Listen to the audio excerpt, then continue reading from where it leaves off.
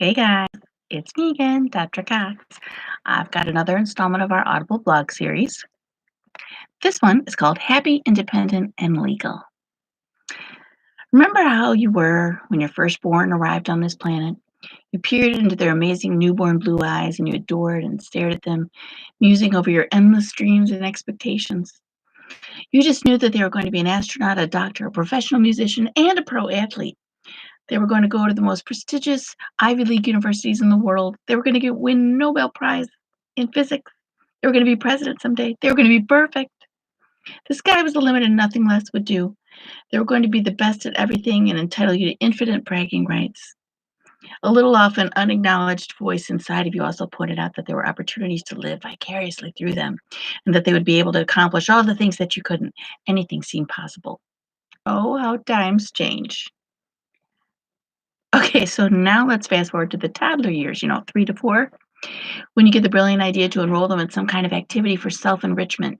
Then you realize that what you really signed up for is struggling to get them in a uniform or costume, trying to observe what they're doing without disrupting the whole activity or class as they press their nose against the window to look at you instead, or run off the field because they wanted a snack, or just sit down on the field and pick their nose.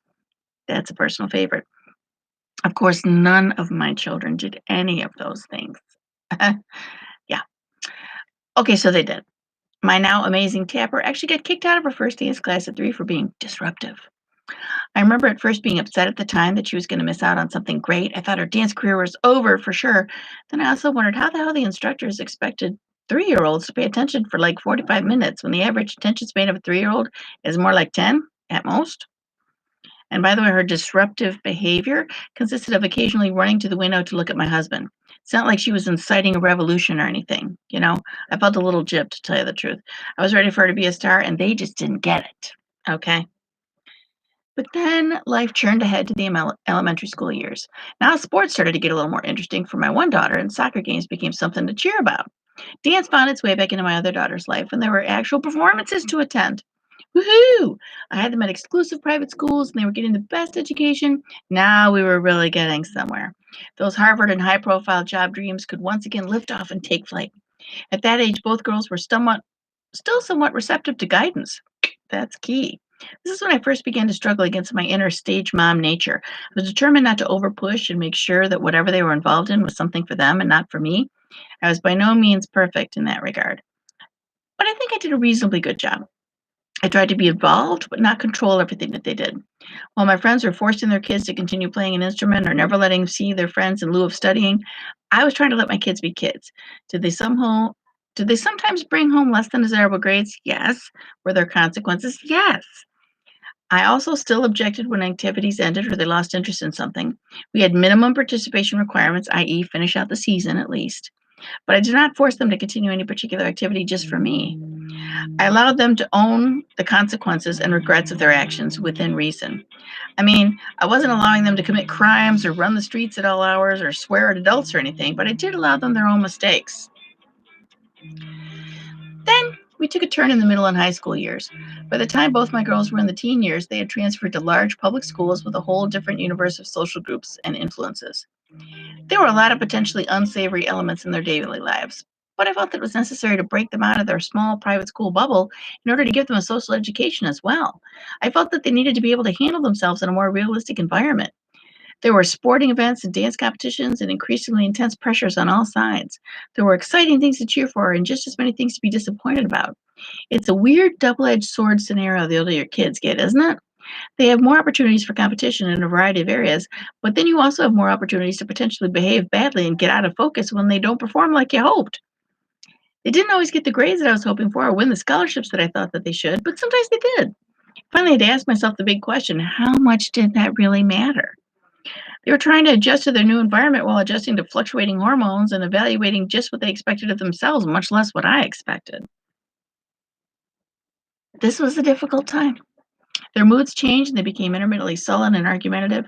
Their confidence wavered, social anxiety soared, and I had to adjust my expectations about performance to what was actually going on around me.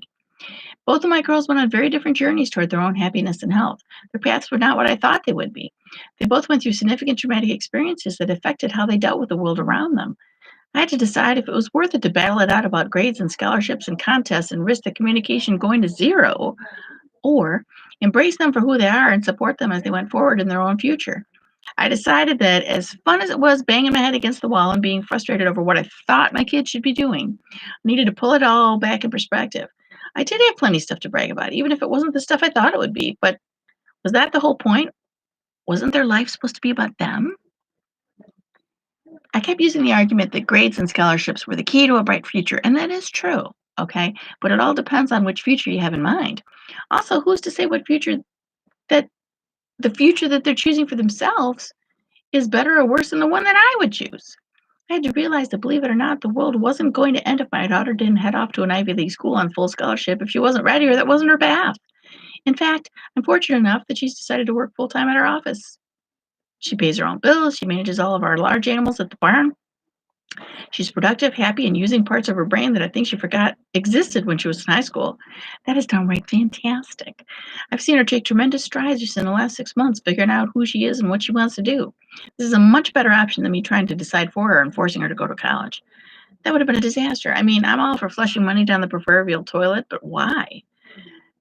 I guess what I'm really saying is that I have to take a step back and alter my expectations over the years with regards to my kids. I have to let go of all the crazy expectations that potentially set both myself and my kids up for a failed social relationship. Don't let me fool you, though. My stage mom side has not been completely eradicated or exorcised from my body or anything. I'm still me. I just finally realized that the ultimate future goal for my kid is for them to be happy. They also need to be independent because they can't live in my house forever. Oh, yes, and I would prefer that they not do anything illegal. Beyond that, it's all gravy. Have a fantastic day, everybody.